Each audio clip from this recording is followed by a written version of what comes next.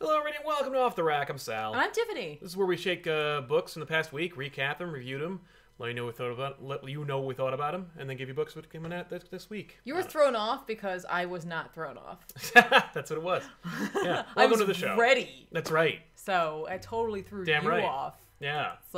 So Yeah, we're gonna be talking about some books that came out this past week, and then let you know what we thought about them, and then try to recommend some books that are coming out this week that we think you should pick up on Wednesday/Tuesday tomorrow.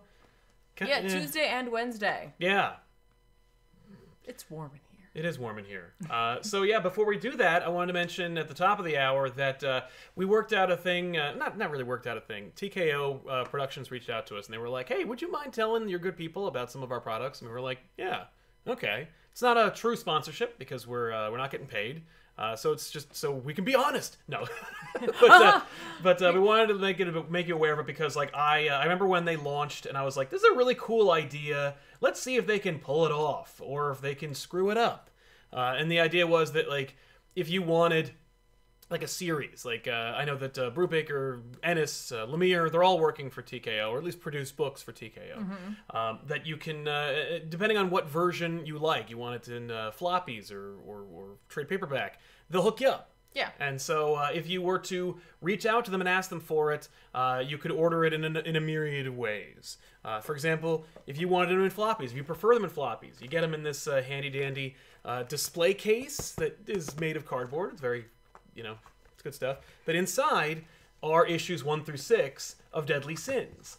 They come sealed, so, they're not going to get hurt or damaged or anything like that.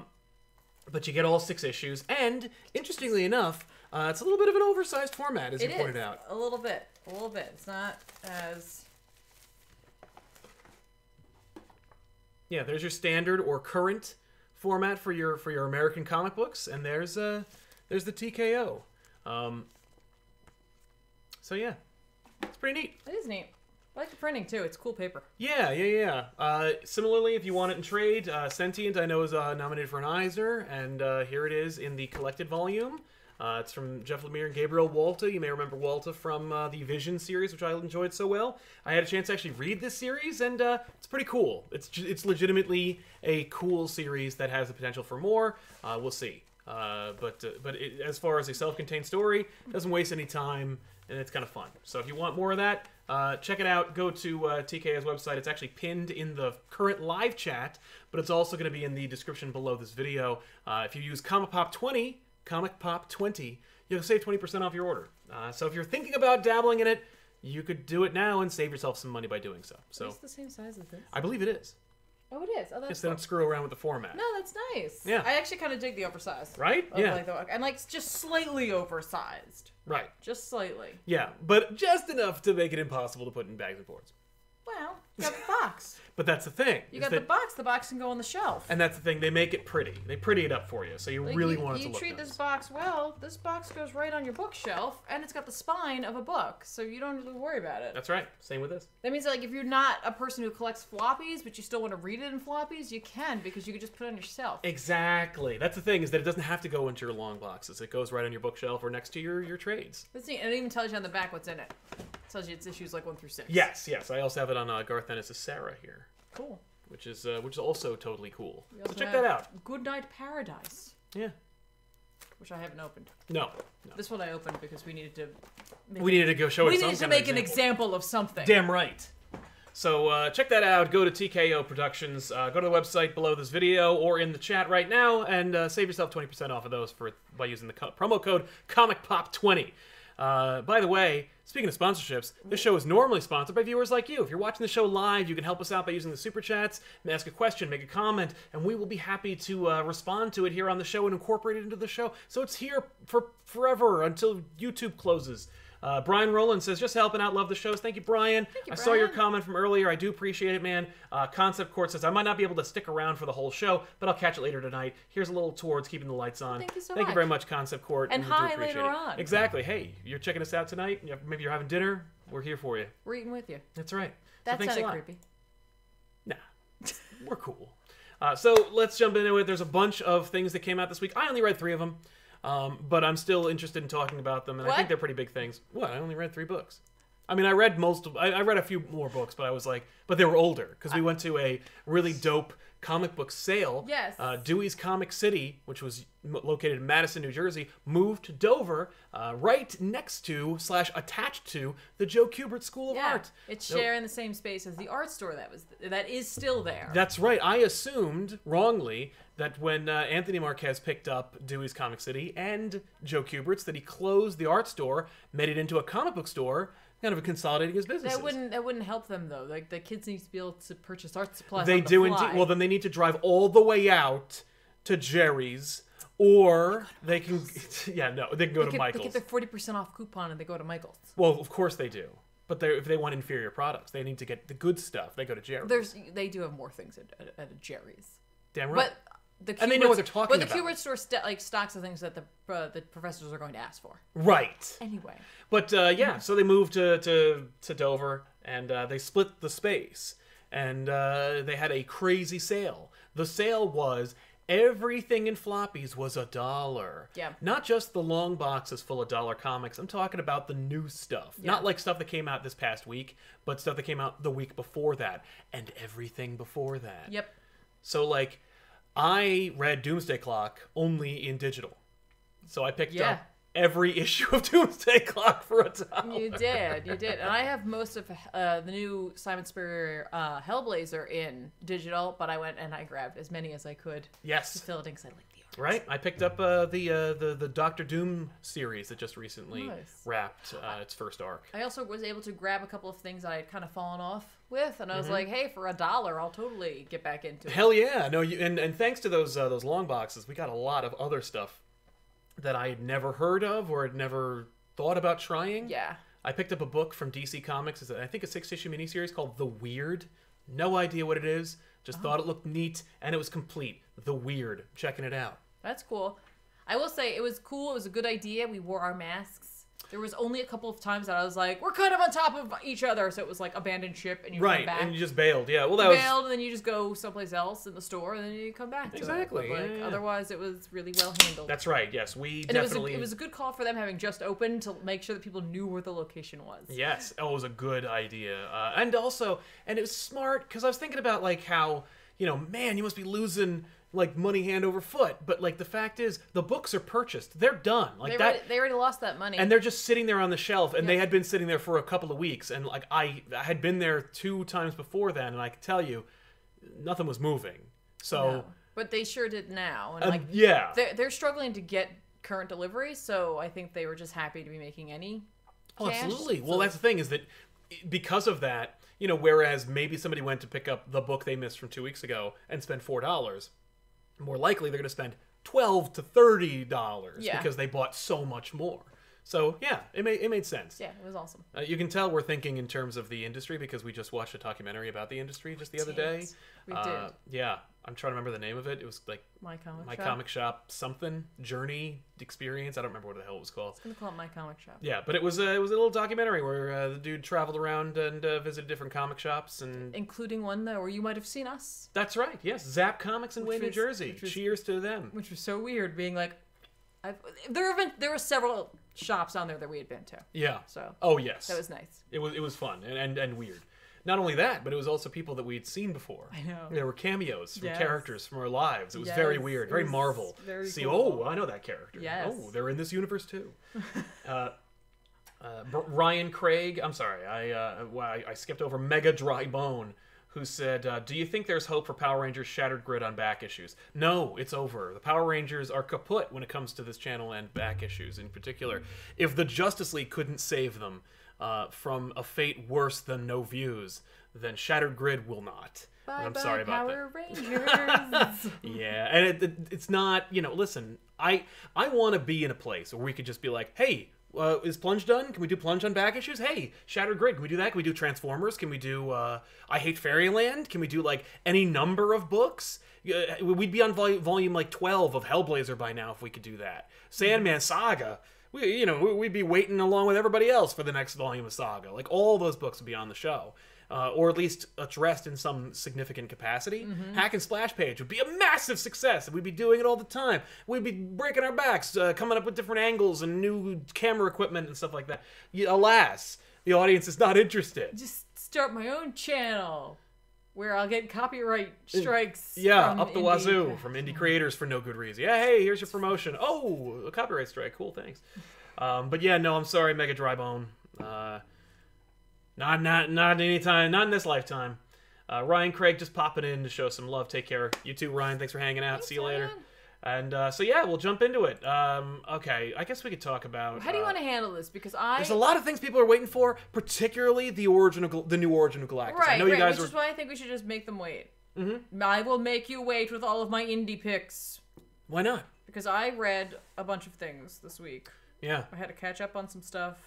Yeah. Well, I will say out loud, I jumped in. I read this too. To Empire. All right. Do you want to hold off on that? Yeah, I'm gonna hold off, but I wanted to mention that I was like, I'm gonna jump in. You know what? It's been a long time. 5G's dead. The retailers are looking for some kind of big event to get people in stores. Marvel's like, well, we do an event every 2 weeks. Here's the latest one. And you know what? We're gonna go all in. We're gonna go ham on this. We're gonna go Civil War with this event. Here you go. And I was talking to a comic book retailer literally the other day, and I was like, oh yeah, hey, Empire's out. And they're like they were like, that's not gonna help. It's not gonna help anybody, and nobody cares. And I was like, wow, really? Nobody cares about Empire? And it occurs to me, like, no, I didn't. To be fair, yeah, you said I read Empire this week, and I was like, what's that? Yeah, and I told you, and how did it sound? Well, I read it because I figured that way we'd have the conversation, right? But really quick, am I gonna, like, because we have some bigger fish to fry here. Yes, bigger than the fate of the Marvel Universe. I'm going to kind of just go over a couple of things, be like, I read this, it's good. I read this, it's not good. Let's do it, yeah. It's all good, let's be honest. I read this. This is Plunged, number 4. From Hill House? From Hill House Comics by Joe Hill with art by Stuart Immonen. It remains my favorite Hill House comic out there right now. You've read most of them. I really have read most of them. The Dollhouse one, Daphne Byrne. I've read the first issue of each of them. Yes. And I picked up, in that sale, I picked up quite a few that I had kind of not been paying attention to because, let's be honest, the Hill House comics are still $4 each, and so it's a lot when they're pumping out so many. So I kind of just picked a few to focus on. Yeah. But now I'm going to have the opportunity to get back into them. So maybe my opinion will change, but honestly, because this is so inspired by, like, 80s horror and, like, The Thing in particular and John Carpenter, like, this was kind of made to be my favorite. It's like the Sonic the Hedgehog of Hill House comics, except it's just really good. It's just an excellent... You may want to explain what that means. Sonic the Hedgehog was crafted in like a lab. in office buildings behind closed doors on, like, how to appeal to the youth of 1993 of the or 90s, whatever, yeah. Apparently. But yeah, this continues to be spectacular, and I look forward to it one day being some sort of HBO show. Yes. Because honestly, I could totally see it, and in fact, one of the, like, characters, for some reason, this read-through, I was like, oh my god, I think it's supposed to be Paul Giamatti. It's straight up Paul Giamatti. Like, it's just Paul Giamatti. It's excellent. If you like that style of horror, like The Thing, you're probably gonna dig this. It certainly has like a science fiction element to it, a math element to it. Yeah. Which I hate math, and I do too. still love this book. This book is so excellent. It's kind of got that, like, Aliens kind of vibe. Like, there's a guy representing a company who's like, you know what I mean? Like, it's all there. It's Jim Cameron, because, like, I was gonna say, the Abyss, Alien, Terminator. No, that's it's all Carpenter and Cameron with Joe Hill and this How could you go spectacular wrong? art of Stuart Immonen. That's it's dope. So good. I don't want to ruin any more of the book for you. We've kind of talked about the first couple of issues. I stopped talking about 3 and 4. I just want to remind you that it's out there, and this is my favorite Hill House book, and I highly recommend you go grab it. Cool. I'll also say that those of you who are Boom Studios fans, you know that Once in Future came out this week. Once in Future number, I think, 8 came out. It's freaking awesome. It's freaking dope. Dan Mora is an amazing artist. Kieran Gillen is crafting an awesome story. I freaking love our protagonists. Like, they're so amazing, and, like, the banter between the two of them is spectacular. Yes. We get, like, this really perfect kind of, like, book-ended like, sarcasm at the beginning and end of this issue. Yeah. Where, like, you know, Gran is right about something, and she's like, for the last issue, she's like holding it over Duncan. She's like, you know, I just want to really live in this moment where, like, I was right, or like I'm usually right, but, like, you know, I told you so. This is an I told you so moment. And as we know, if you've been following with the series, we're bringing in other lore beyond the Arthurian lore, and so now we're tapping into a bit of Beowulf. Okay. Which, literally, by the end of this issue, I was like, I'm so stupid about how brilliant this is. Yeah. Because Beowulf, the story of Beowulf has to do with, you know, Grendel and Grendel's mother. Yes. A monster and his mother. Right. Oh. And it's a monster and his grandmother. And I was like, oh my god! And that's like totally how they're playing out towards Beowulf on this one. And so they're kind of like getting him to participate in this. That's awesome. I'm like, duh. Yeah. Like, duh. But like, it's so funny because Duncan's like, maybe like, you know, this Beowulf thing was stolen. Like, maybe it's Beowulf. And she's like, Duncan, Beowulf's a poem. Don't be stupid. And then Beowulf shows up, and he's just like, so do I get to say I told you so? Or like, that's how the issue ends. And I was like, that's so, it's just really well crafted. Yeah. Again, if you're looking for like something that is more action oriented, but still has like a really strong story element to it with like art like you're never going to see anywhere else, because Dan Moore is probably going to do so much. Dan Moore is already, he's drawn a couple of covers for DC. He did a backup in the Joker 80th anniversary book. And he's totally going to be doing some big 2 stuff, right? But he's not going to have the coloring. I think it's Tamara Bonvillain. Oh, Bonvillain. I think that's who's coloring. Tamara? Yeah. Tamara Bonvillain. Yeah, don't worry. I'm totally stuck on just looking at this one page. Tamara Bonvillain. Who is doing just these incredibly vibrant, bright colors. So you're seeing his art in a way that you're not going to be able to see it later on. So again, a big recommend for me. I love this series. It's such a treat to read it. I usually wait for last. I'm just like, okay. I know that feeling. Yeah, like this is the last one to read. Yeah. Like, this is where I'm going today. If you're not sold on Once and Future, check out Tiffany's interview with Kieran Gillen, where they just gab and have a great time talking about how great this series is. There's a link in the chat right now. Oh, that's so sweet. Thank you. The Rab L says, low-key thought Empire Zero was pretty cool. There you go. You don't have to be cool. Like, I thought it was pretty cool. Hey, don't get mad at me. No, it was. I did too. I say low-key all the time, and most of the time I don't mean it the way. No, I mean high-key. I just say it. No, I also thought it was pretty cool. But we'll get into it.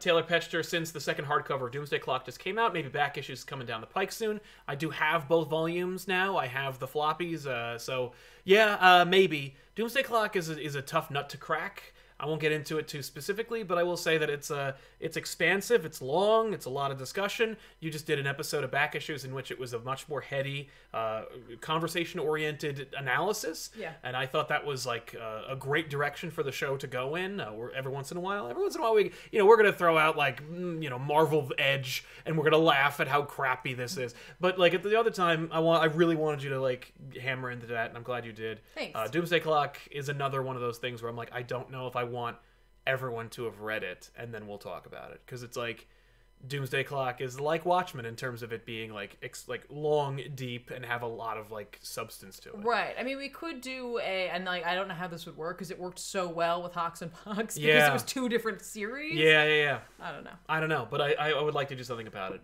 But I mean, like, it would be, we're not gonna not do it. It'd be stupid of us. You not to do different. You also do 2 different ones. So part 1 and part 2. It's literally broken up that way. I know that that never works. Sucks. I hate that. It never works. It would not help us. It helped DC make some extra money, but it would not help us.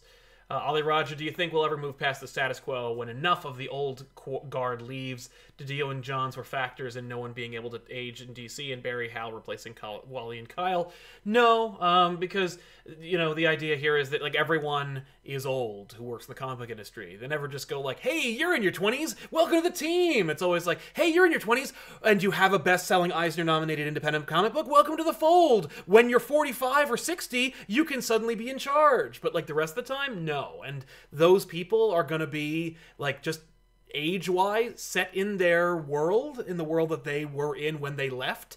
And so they're going to be constant. Like one day, Tim Drake is going to be really important.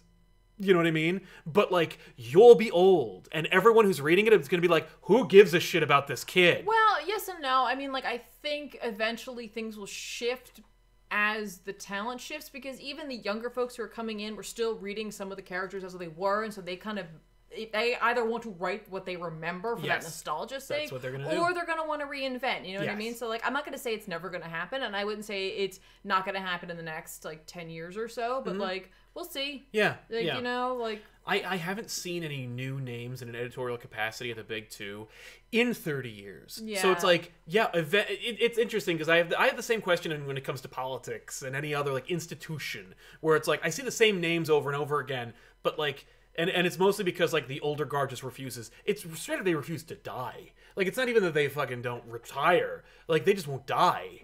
And they just hang on. And when they hang on, like, you keep getting the same shit or worse derivative shit. And so, like, as a result, you know, it's really just going to wait until they go away. And they don't have to die, but, like, they have to go away. And it's, like, institutionalized at this point. Like, it's not enough if, like, Bob Harris doesn't work at DC and Jim Lee's got to go, Bob. They've all got to go. And, like, they will, but probably not willingly and probably not in a forward-advancing way for the Comic Book Monthly.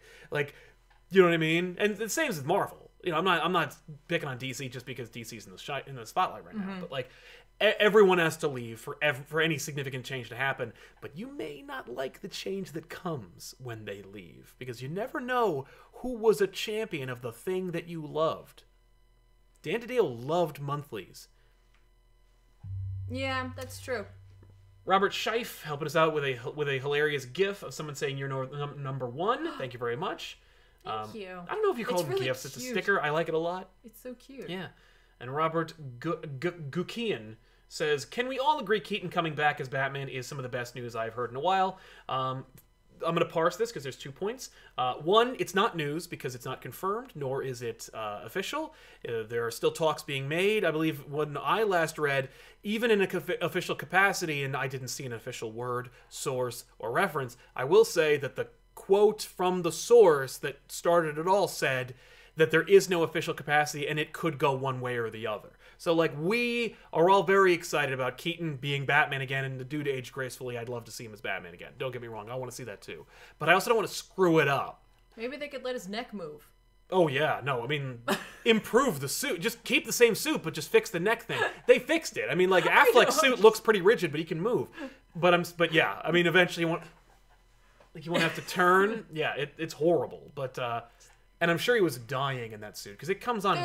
There's pieces. I'm sure he and his stuntmen hated that thing. Oh yeah, it's rubber. I've been in it. It's rubber. It's not one piece. Put this on. Put this on. So it's like when you got to get out of it, it's all no.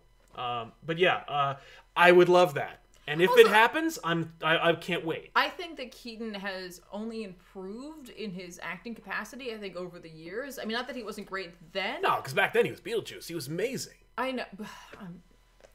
You know, I love Keaton in every version. You know what I mean? Like, well, he'll be able to be more like scary. Yeah, and he's on a few more like movies that weren't like, you know, like blockbuster style movies, like maybe a little more like on the art house side, not exactly that, but like on that side. And so I think it's just good for him. So I think it'll be an interesting perspective if he is given this chance to see his revival of the character and what his spin on it is now. Exactly. Also, Sal, are you planning to write any more comics? Yeah, are you? I got some ideas, but like nothing. I always mention that he should. Well, thank you. Hashtag not writing. That's true. I am not. I'd like to see that. You know, you should just do it. Doesn't matter if it goes anywhere. Just do it for you. Yeah, I know. I don't have anything personal to say yet. Dan V900, I genuinely had no idea that Empire started until another comic book podcast brought it up. I don't care. I think the latest Marvel event, the last one I cared about, where it felt like it mattered, was Secret Wars. Don't forget that was 5 years ago. I agree, Dan V900, it was Secret Wars.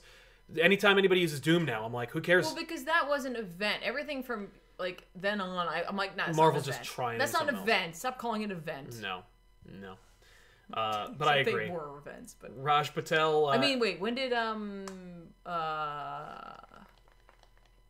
Monster one, Monster Island, Monsters Unleashed come out? After Secret Wars. Yeah, that was still that wasn't an event. No, that was just a story. Yeah, probably 2017. That was a fun, silly story that I liked. Raj Patel, have you heard that the new White Knight spinoff is being co-written by Murphy and his wife with art duties by Matteo Scalera? No, I did not. But if you want to see me talk to Sean Gordon Murphy along with Benny the Comic Story, and you can check out Absolute Comics, my other show over there with Benny on Absolute Comics' YouTube channel.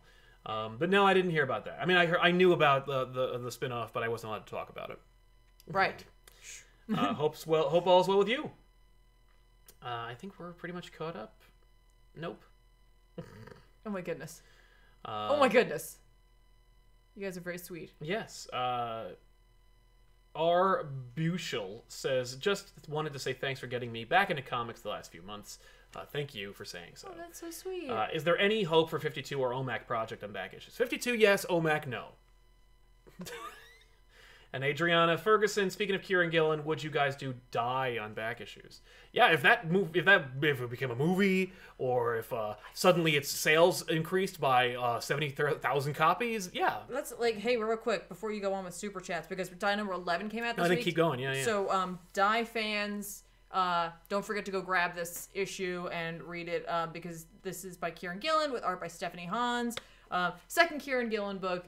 I don't know how the man does it, because there's no dip in quality. No. You know what I mean? He's writing all these books, very different tones. I agree.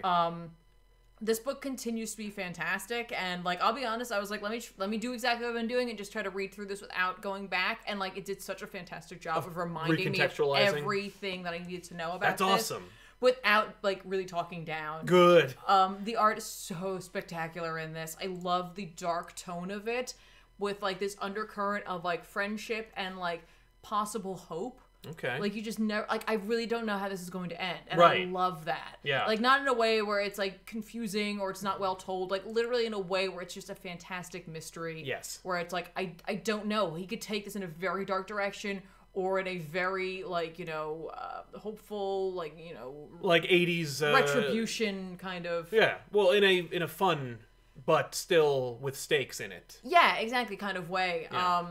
And I think I would be satisfied no matter what. I think no matter what Kieran Gillen decides to take this, I'm with them 100%. Quality's quality. Quality is quality. That's exactly it. And even when they dropped the whole Bronte thing, yes. and I was this is kind of getting weird, and I'm no, this is cool. Yeah. This is cool, and I love what it's saying, and that as the story's unfolding, and again, as we're I've said this before, but as we get those answers to questions that were previously raised, we get further questions. Cool. So that and it's not in a forced way where it's I got to keep this going, I got to stretch this out. It's not like X-Files, where it's we answered the question. Yeah. How about new ones? Yeah. And it's definitely not doing that decompression thing, but it's also not so hectic. It's taking the time it needs to tell the story it wants to, and right. I just love every moment of it. That's really nice. Again, I'm gonna try hard not to ruin it for anybody. This is it's issue 11, guys. The first trade is out. I think the second trade is out. Don't quote me on that one, because I don't honestly know at this point if it is. But I again, if you're looking for something that has something of a fantasy element, has this really, really dark Jumanji feel to it, involves pen and paper games, but doesn't require the inner workings of it, but really focuses on a group of friends who are kind of broken people in different ways, and them interacting with a fantasy world that kind of, you lose the line between the fact that these are fantasy characters, right, or they're not real, or are they real? That's cool. Listen, no spoilers here necessarily, kind of, but I hope it's more of a tease than anything else. There's a character in this who has a child in this world. Right, but they're an NPC or whatever, so... But, does that matter? Right. Where did the child come from? Yeah, or was it and, just given to you? Should I care about the child? Yeah, when they left and then returned, how long were they gone? The child's older, you know what I mean? It's what responsibilities do you have? Yeah. It's just so cool. It's just such a, really smart book, but not in the way that makes you feel dumb. Nice. So, I highly recommend it if you're a person who was, sad that Wicked and Divine was over and you're I want my Kieran Gillen fix. Yeah. Check out Once and Future and check out Die, for sure. Did you see there were, 20 issues of Wicked and Divine in that long box? I did not. It was issues, I did not. 14... I must have not gone through that one. To 40. I didn't know if you wanted them. I was that's cool. No, that's okay. That's okay. I'd rather, you know what, like, because we have a bunch of the trades, I'd rather, some things I You don't found want in to there. take them out and be like, oh, I ruined it. Well, no, not only that, but for me, there were some things in there that I was like, oh, I'd like to have this, but I knew I had it digitally, I knew I had a trade of it, and I wanted someone else to find it. That's the thing, is that, like, if I was like, I want someone else to get this and give it a shot, so I left it. Yeah. Dan Larson from Toy Galaxy says best. If you see one, grab it. If you see two, leave one for the next collector. Yeah. Jacob Montez says, hi. Hi. I thought I'd pitch in some coin. Thank you. Thank you very much. We are the wishing well of YouTube now. I was only able to catch you live once before, and you mispronounced my name as Monets, which my friends found funny. Thanks to Tiffany, who is my go-to for indie recommendations. Oh, that's so sweet. She's mine too. Well, thanks, guys. I think you've got a good eye for quality. But here's the thing: I can't read them all. No, because so it's there's so many independent books out there. So, like, if you find one that you like on your own, like, grab that, hang on to it, love it. Just because someone's not talking about it, just means they haven't discovered it yet. Well, and you talk about it, like, you know what I mean. If you notice, like, there is a dearth of, you know. Yeah, recommend it to your friends. Like, loan it out. Yeah. Like, I have, you know, thank you to one of the members of the population. I think in the last letters page you saw me get the first volume of Baby Teeth, which literally we got maybe a week or so. About a week ago. It was a week ago, and I read it, and I tweeted about this. I read it. I was halfway through. I ordered the second volume and the third volume because that's all that's out. There's another issue out, and I'm like, do I read it? Do I wait? I don't know. I don't know what to do now. So you read it all. No, I haven't read the next issue. Oh, really? I was like, I don't know if I want to wait, but they are making more. So, like, I was like, I do feel confident that I'm going to read it. Yeah. And I love it. But, like, you know, like, I don't read a lot of Aftershock. No. It's not just usually something I look at. It's not on your radar. So it was... But maybe it will be now. It was a great opportunity to check out another horror story. And, like, it's something I'm going to loan out to friends. You know what I mean? Yeah, where it's totally. like, here, go check this out. And then maybe they'll be interested in seeing what else Aftershock has. Like... That's the hope. Yeah, and that's not like, I don't want people to take that as like I'm like shilling for Aftershock. Shilling for Aftershock, or shilling for, like, you know, not letting companies make their money, but like it is an opportunity for someone to be like, oh, this is a company I didn't look at before. Yeah. Maybe I'll go take a look. Right.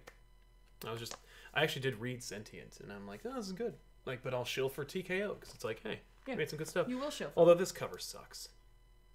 Really? It's not enough. It's fine. I mean, it is a That's the thing. wraparound. It needs to be great. It's a cover, for God's sake. It's a wraparound. But if this is coming in a box, you're not seeing it. But like, what? Anyway. You don't judge a book by its cover.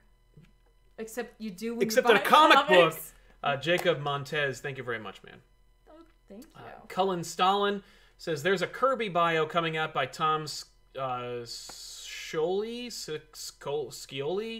Maybe a GBU featuring 3 different takes on a Kirby creation, like OMAC, Demon, Devil Dinosaur, Mr. Miracle. That's a cool idea. Yeah, why not? Thank you for that idea. That's a good one. We have all of those things. I was just saying, I was gonna say that, like, Here, I'll take that. Sal's reaction to that when he's like quiet like that, it's usually he's like storing that away, or like you're actually really thinking about it. Yeah, it's like that Conan O'Brien thing where like, oh, that's really funny. Maybe the funniest thing I've ever heard. I think I can use that. But like he actually thinks it's hilarious. It's just I'm not wired like that anymore. Dan V again says, I heard Empire was good. I really like the Green Lantern Anniversary. Still say the most underrated series is Hellblazer, where it essentially is a Vertigo comic and fits the original series. Let's Tiffany? talk about Hellblazer. Yep. I had to catch up on Hellblazer number 6. I don't know how I missed that coming out, but I did. Like, just it was DC, so that's all you need. I just straight up missed it. So I read that issue. Just so you know, Hellblazer number 6 was like an issue that definitely continues kind of the general story thread, but was almost its own standalone issue. Issue 6 made me tear up a little bit at the end. It legitimately made me tear up a little bit. It was just so such a nice story and sad and just really well done. Yeah. And I gotta tell you, like, Spurrier is just getting better. Yeah, with John. I remember you were kind of lukewarm on Spurrier when he first started. I was, and I that might just be like from him writing The Dreaming, because like that was fine, and I enjoyed the book, and I have to finish it because I didn't give him a fair shake. I didn't finish out the series, but like but like you give him 12 issues, or like however many you read, 6 or 7. It was good, but like this is great. Right. Like I love his work. I think it's a fantastic run. I will say these past 2 issues for sure, and even a couple of the issues beforehand, seem to have this undercurrent of maybe some politics that are happening over in England. I'm very unaware of them, but it was kind of fascinating, and like because his own background, I was like, okay, cool. Like, why not write what you know and like write what's kind of happening? But if you're looking for like grim, gritty, like, I love some of the like colloquial phrases that are put in here for John. Yes. Using magic, seeing crazy supernatural crap, him being as snarky as ever. Like, this is great. This is great right now, and I think it's really bringing John back to his Vertigo roots in lieu of having Vertigo. Right. The art feels like Vertigo. It's just shit you're not going to see anyplace else. That's what it needs to be. I think it's Aaron Campbell. He is unbelievable. Yeah. It is Aaron Campbell. Nice. It's just so dark and gritty and just like, it just feels like Vertigo in like the best way possible. But new. Yeah. Like, it doesn't feel like it's just reprints of old Vertigo from it the doesn't 90s. it doesn't feel old. It definitely feels updated. The current issue focuses on an entity from the sea, and like this like mystery, and like John is like touching on all of these things because of the overarching plot. Right. This one has like a part 2 to it as well. So Okay. like this issue didn't finish out the story that's going on. I will say the like twist at the end I saw it coming from a mile away, but I don't think we were meant to not see it. I think it wasn't about the mystery. It wasn't about the mystery necessarily. It was kind of about the journey and the character who has that realization, like, you know, it's like it was a surprise for them. Right. There was another surprise. I was like, oh, that sucks. Sorry, like for that character. Yeah. But it's just, I just love this series and I love diving into it. It's just like a world I don't want to live in, but like, but you like to see. it's a wonderful layer of filth that I like to visit every once in a while. It's like Ripley, where like our cat Ripley likes to, when she goes outside, the first thing she does is find the dirt and roll around and just wallow in it. Yeah, which I'm like, why? But she loves it. You know? But then she's got to like clean herself off. Exactly, You know what I mean? exactly. Like it's just so fantastic. And just so you know, Ripley doesn't go outside on her own. No, she's we got have a little harness and a leash. Yes. And we have a hilarious outfit that she puts on. But she loves it. She knows now that means I'm going outside. Exactly. But yeah, that way she can't wander away. That's right. Pandemonium 93. It's unfortunate that Marvel and DC continue to never do anything with the lesser-known characters. Those are the ones that actually have potential. I mean, all the other like every character has potential. I've maintained that argument forever. And just because a character is lesser known or obscure doesn't necessarily equate to potential or greatness. I think that what they might mean by that is they have the potential for change. Yeah, absolutely. The lesser-known characters tend to have the most potential to be updated and let change happen to them because oftentimes there's just less story written about them, and so there's less that solidifies them into being one way or another. That was my argument when we did Heroes in Crisis on back issues. I was like, this is a mean-spirited and terrible book, not just because of everything that happens, but because of the cavalier, hand-wavy execution of lesser-known and unpopular characters, because since they don't get a high-profile opportunity to get their own book, or become agents of their own story, they will just remain dead. You know, like, they're just killed. And that sucks. And so I hear what you're saying, but I also fished out a whole bunch of when New 52 launched, like, new #1 titles. Yeah. And, like, they weren't all winners. No. I'm not arguing with you. I'm just saying, like, I hear what you're saying, but devil's advocate. Pandemonium. But Kenneth Dowling, hey Sal and Tiff, hey Hi. Kenneth, how are you, man? Caught the video of back issues on Static Shock. Finally called it back issues. Nice. I like the idea of Milestone as an African-American comics lover. I appreciate diversity. Personally, I prefer Black Panther. I hear what you're saying. That's Black fair. Panther. Well, Black Panther and Static are apples and oranges. Static is kid from the streets. He's an American. He's distinctly nerdy and like has his own direction. The Dakotaverse is very different from the Marvel Universe. Yeah. Black Panther, mover and shaker, monarch, leader, and also Avenger, and you know, and he's against the Marvel Universe. Yep. You know, Static has more of an opportunity to kind of set himself apart in a universe that fewer are aware of, whereas Black Panther gets a chance to set himself apart against those like classic whiter characters that he's set against. Well, I like the fact that like they both are so different because I think that appeals to more people. You know That's what the I thing. mean? Like, It's like Wesley Snipes wanted to be Black Panther before he was Blade. Like you know what I mean? Like every prominent black actor from the 70s until today wanted to be Black Panther. Yeah. They always wanted to be Black Panther. Nobody was like, "Ooh, can I be Blade?" I mean, Blade's cool, and I appreciate it, but No, like, he is cool. well, and only Wesley Snipes could have made Blade happen, unless you're talking about the name I can't remember, but who was playing Blade in Phase 5 or whatever. Right. But he's gonna be great. Marshall, or I can't say his name. I'm sorry. That's fine. Yeah. I say that's fine because I can't judge anyone on saying names because I'm literally the worst at it. Right. No, I'm so glad we did Static Shock because again, like I said in the episode, like I only know Static from the show. Right. So like, which is what a lot of people know. It is, but like he's like cooler in the comics. Yes. I think because it's just like. Well, you know what else? It doesn't have to be for like rated for TV. No, you know, like... well, and also like in the TV show, he is technically in the DC Timverse. Yeah. So at any point, Superman, Batman, or anybody could show up. That being said, Static, of course, was eventually incorporated into the DC universe. But like, there are dozens of Static books where he has no, where the next analog is like Zombie or Hardware or Icon, Rocket. Like, there's, you know, they're cool and they're amazing characters, but like, they don't have the same level of prominence, so you're not like comparing them. But I hear what you're saying, man. I'm glad that you checked out that episode. Thank you. Static was a great episode to make. I'm really glad we got a chance to do that. Hopefully, if you did check out Static, or you didn't already, go check it out. But also, since the books are notoriously out of print, the Dwayne McDuffie Foundation link is still in the description below the video. If you want to help him out. Not him, he's no longer with us, but like his foundation. Yeah, the foundation. Michael Darnell, would you enjoy Red Hood if Sean Murphy wrote him?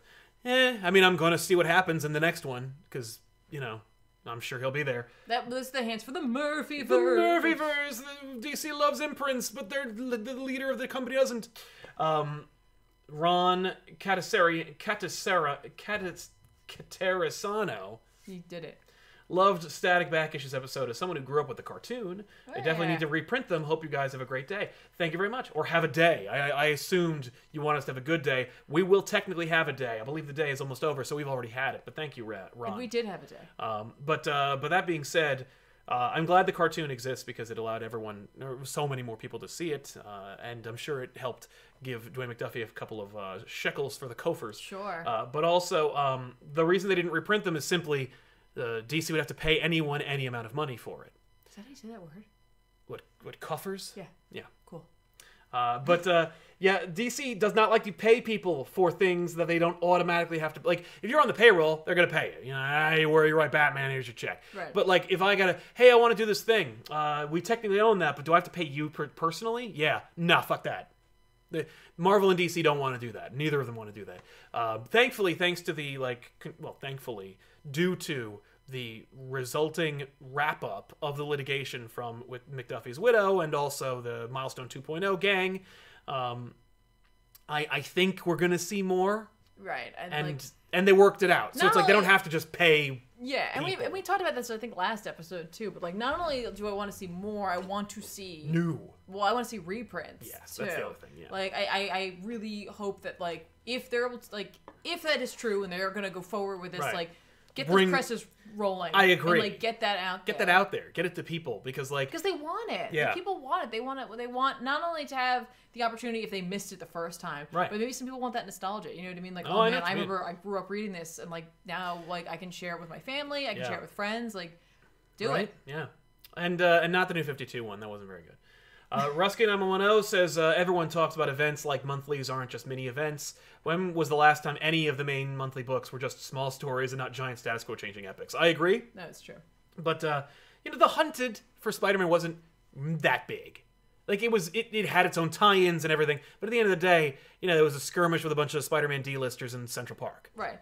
And some clones, who cares? And you know what, that's funny for me, because it's like, if you read a lot of indie, you're just reading the story. Right, you're just reading about, like, the real struggle is between, like, a man and his grandmother. Like, right. It's not about, like, the fate of New York! Right, or it's like, you know that this story is going to have an end, and so, like, you don't have to worry about constantly bringing people back in. You're just telling the story that paced out how it's meant to be. Exactly. And so, like, when you go from reading that to this, it does feel, honestly, like everyone's constantly having events. Yeah. At least with Hellblazer, it's kind of walking that line, where, like, there's clearly a big end goal, and, like, I'm sure if it does well, they'll keep going. Totally. But, like, the story isn't told in, like, these, like, huge, like, earth-shattering arcs. It's like, here's the story, and here's the finale of that after, like, 5 issues. Next story. I will say you should read Daredevil by Zdarsky because it is an epic, but it's so self-contained, and it feels like Miller's run. It feels like Born Again.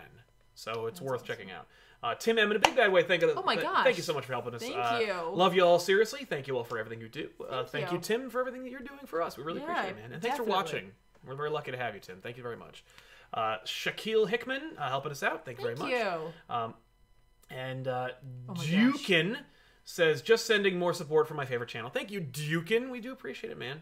Yeah. And Denton Films, have you seen Overlord? Wyatt Russell will be great U.S. agent. Keep up the great work and stay safe. No, I've not seen Overlord. That was that crazy like zombie I wanted Nazi to see that. movie. Yeah, then movie theaters fell apart. But like I think the movie already failed before then. I want to see it. We'll probably watch it hopefully this weekend. Oh yeah. I bet no one. Yeah. Right? Why not? All right. We saw They Live. A couple weekends ago. We did, because I'd never seen it. It was so we didn't watch Wolfen. Nobody voted. Yeah, you guys didn't vote for Wolfen. We got They Live. I'm so glad we did. I love They Live. Yes. I kept pushing Wolfen because Amazon Video kept showing it to us. It's like, hey, how about Wolfen? It's like, what is this? What about Wolfen? Yeah, but what about it? A woo. But yeah, I love Wyatt. I love the idea of Wyatt Russell because, like, you know, it's just a new young Kurt Russell. It's a mini Russell. Yeah. And I love that he named him Wyatt. What a nerd Kurt Russell is. He's a cowboy nerd. Yeah, I can't wait for him to be U.S. agent. I almost wish he were somebody a little bigger. But yeah, Z-Berm, I haven't sent a super chat in a while. I just want to say I watch Kippo and the Age of Wonder Beasts on Netflix. It's absolutely amazing. Thank you for the recommendation, cool. Z-Berm. Check that out. And welcome back. All right, let's talk about another book. What do you got? Real quick before we go finally into talking about books that you read this week. Right. There's only 3. So. That came out really wrong, but I'm not taking it back. That's fair. It's just a shade. Well, I'm not offended. You won't need your sunglasses anymore. Just throwing. That's okay because I wear them at night. Shade. I don't know how to use words. Justice League Dark number 23 came out. We've been dealing with the balancing of the parliaments. This is not Tynan, right? Tynan and Ram V. So it's not Tynan, right? He's still in there, with art by Kyle Hotz. Who used to work for Malibu. No way. And do some other books. So, like, if you're looking for art that has, like, a 90s-ish, early 2000s flair, but also has, like, a 90s-ish, 2000s flair for Vertigo, this is where you're going to get that art. This art's been shifting quite a bit throughout, but it has that feel. It's like Kelly Jones. It's like Kelly Jones, and, like... I guess it is just kind of like Kelly Jones. There was someone else. There was someone else I was thinking of earlier when I was reading it, and I literally can't remember who it was. Like, was it Sam Keith? Yes, it was Sam Keith. Holy crap! This was the panel I saw it. I was like, "This is like Sam Keith." Look at these humans. And Kelly Jones. At the same time, it's a lot of deep dark inks, a lot of folds. Like everyone's clothes. Everyone's clothing is wrinkled. Everyone's clothes are like 5 times too big for them. But it's dealing with the fallout of the Parliament of Trees having burned, Swamp Thing being gone, the Woodrue taking over for the Parliament. But don't worry, we know where Swamp Thing is. He's in hell with Wonder Woman. Well, in this story, it's focusing on trying to balance the parliaments after there was the whole Cordyceps fungus kind of like outbreak, and like Animal Man. Helped out, and they brought forth the big worm, and it fought back the Parliament of Bacteria, basically. The Unseen fought back, and then Dr. Fate went and like tried to ask the like Avatar like gods, the 4 elements, to help. And so they're able to call forth like a meeting of the parliaments of life in general to try to like fix the balance. Right. And the only way to do that was to have each of the guardians of the parliaments like touch the stone and take their power back, and then like it would kind of be rehanded out by like man, as it should have been. And so Woodrue's the first one to go. Like Constantine basically is like, he goes to him and he's like, hey, so when I was like in the rot, there was like definitely a vine there that was like holding Abby in this like dream state that she was in. Yeah. Gee, where'd that come from, Woodrue? And he's like, you got me. Don't tell them. Right. Don't tell the Justice League. It's not gonna be good. Right. And he's like, I won't, but like you have to come with me, and you're gonna have to like deal with whatever the consequences are from like the meeting of the Parliament. Yeah. And so like he has to go first, so he loses his power, and like it's an earlier.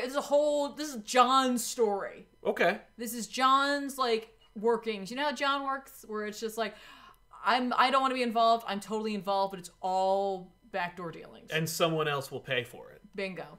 So what he does is that he tells Abby that he's like, I need you to trust me and do what I ask you to do. Because she's like, she's the guardian of the rot, so she's like all crazy looking with the wings and all that, right? Yes. They also seemingly dispatch of like Anton Arcane by like removing him from the rot. Wonder Woman does that. Okay, cool. And like Zatanna's like out for the count for the time being. But if this all sounds really cool, that's because it's not in death metal. This is Justice League Dark right now, by the way. Yeah, this has nothing to do with death metal. So Woodrow loses his powers. He's just a dude again. Animal Man gives his powers away, and then it's Abby's turn. And Abby goes up there. Animal Man doesn't have powers anymore? Well, his like guardian powers. He's not the Guardian of the Red anymore. Yeah. Good, fine. So then Abby goes up and then is like, this is for Alec, and she attacks the rot. Oh! And it's like, but she's like, what? Yeah. And so she like attacks them and like melts them into like a venom-looking ooze. Okay. And then like the other Guardians freak out. They're like, she attacks! This is a trick! Oh gosh! All the other Parliaments are like freaking out, and like Wonder Woman's like, what have you done? And then she looks at John and she's like, and he's like, and he reaches into the goop and he pulls out a single seed. And then he's like, gotta go! And he like just runs away. He uses his Houdini key, he gets out of there, and then he goes back to Louisiana, where like Anton Arcane is, and he's just like, what's happening? Why are you here? And like he's chatting with him, and like, you know, John's like, you know, oh, you know, he says something about friends and how he's just like, I'm here to catch up with an old friend. And Anton's like, I didn't think we were friends. Oh, we're not. And he's like, we're not. And then Swamp Thing walks out of the swamp. Yes. And I'm like, that's awesome. Like all he cared about was bringing his friend back. Yep. He was not bringing it all together. No. He didn't give a about any of that other crap. It all works out though. Yeah. Because right. It's John, right? Yeah. So like, who paid for it? John does, in a way. Because like he doesn't go back to the Justice League Dark. He's like, I know I'm not welcome there. Yeah, that's fair. And so like, I'll go be in the Spurrier's Hellblazer book. Right. Well, John and Zatanna, both of them pay. Okay. So like, Swamp Thing uses his powers to like take Anton and turn him into a tree so that he's out for as long as they decide they don't want to use him anymore. Sure. Then he goes to where like the Parliaments are all melting down, and they are able to strike a bargain into balance, and so the Parliaments are brought back to balance, and the trees are growing back. Cool. Good. All right. Wait, does she attack the rot or the flowers? I want to make sure I got that right. It's the flowers. Okay. Sorry, she attacks the flowers. That's why it makes more sense. I was like, no, wait, she wouldn't attack she's the rot. the rot. Yeah, she uses the rot to rot them. So she kills the Parliament of Flowers, thus restoring the Parliament of Trees. Yes. Which is ruined, I guess. Like when this is all going down, like all I could think of was Metal, because in Metal, the Parliament of Trees is back to some degree. Right. And so like, we're setting it. Yeah. Like I already knew they were going to be back. Yeah. And so like this was kind of the journey of like how it was going to happen. Well, this is cooler. This is cooler, but like had this also, come out, I assume Swamp Thing is like reconstituted and he looks like Swamp Thing. Yeah. Does it look like Alan Moore? No. Yay, good. No, he looks like he looks great. Like classic Swamp Thing. Well, Hoyt probably wouldn't draw. Hots. He's like Hots. He's like no. So regardless, the Upside Down Man is still there, like because they never finished that. They never finished out that story. Yeah. And so like Zatanna's like unconscious, like she's dreaming, and like in her dream, like because she was in the rot, it's like she's connected somehow to like this darkness, and when she's in her dreams, it's this really cool image of the Upside Down Man where you have to like flip it to see what he's saying, which is like.